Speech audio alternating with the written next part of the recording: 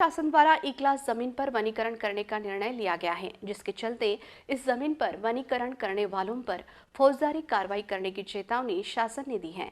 इस निर्णय के कारण पिछले कई वर्षों से इस जमीन पर खेती करने वाले किसानों के सामने बड़ा संकट निर्माण हो गया है।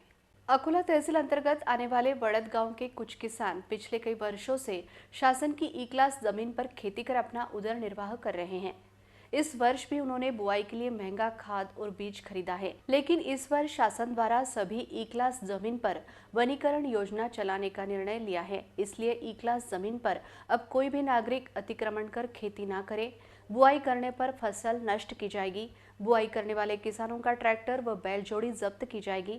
फिर भी ना मानने पर फौजदारी कार्रवाई करने की नोटिस एक बड़े बोर्ड के जरिए दी गई है, जिसके चलते पिछले कई वर्षों से इस जमीन पर खेती कर अपना उदर निर्वाह करने वाले किसानों के सामने नया संकट खड़ा हो गया है। किसानों ने बुआई के लिए महंगा खाद व बीज खरीदा है। अब यह खाद बीज हमने ग्रहण करना क्या, ऐसा सवाल यह किसान व्यक्त कर रहे हैं। इस ई क्लास जमीन पर बुआई करने की अनुमति शासन द्वारा देने की मांग का निवेदन इन किसानों ने जिलाधिकारी कार्यालय को सौंपा।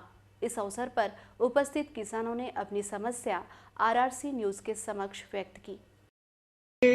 भूमिहीन लोकांनी 1980 पासून आम्ही हे अतिक्रमणाची शेती वाहत आहोत। त्या शेतीवर आमचे सर्व लोकांचं उदरपोषण करीत आहोत।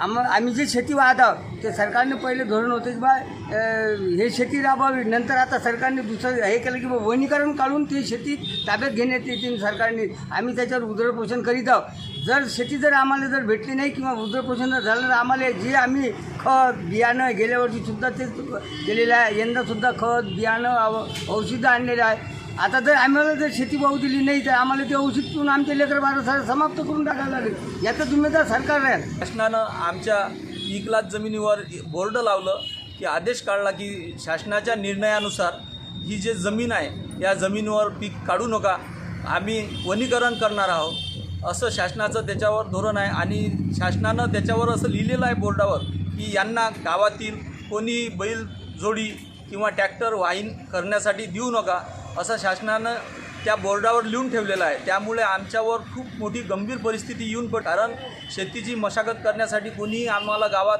ट्रॅक्टर किंवा बैलजोडी देत नाही। आणि आज रोजी आमच्याकडे जे उपलब्ध असलेलं खत बियाणं आणि औषध आहे, आता शासनाने आम्हाला हे प्राशन करावं की काय, हा आम्हाला पर्याय निवडाव की काय असा विचार पडू राहिला।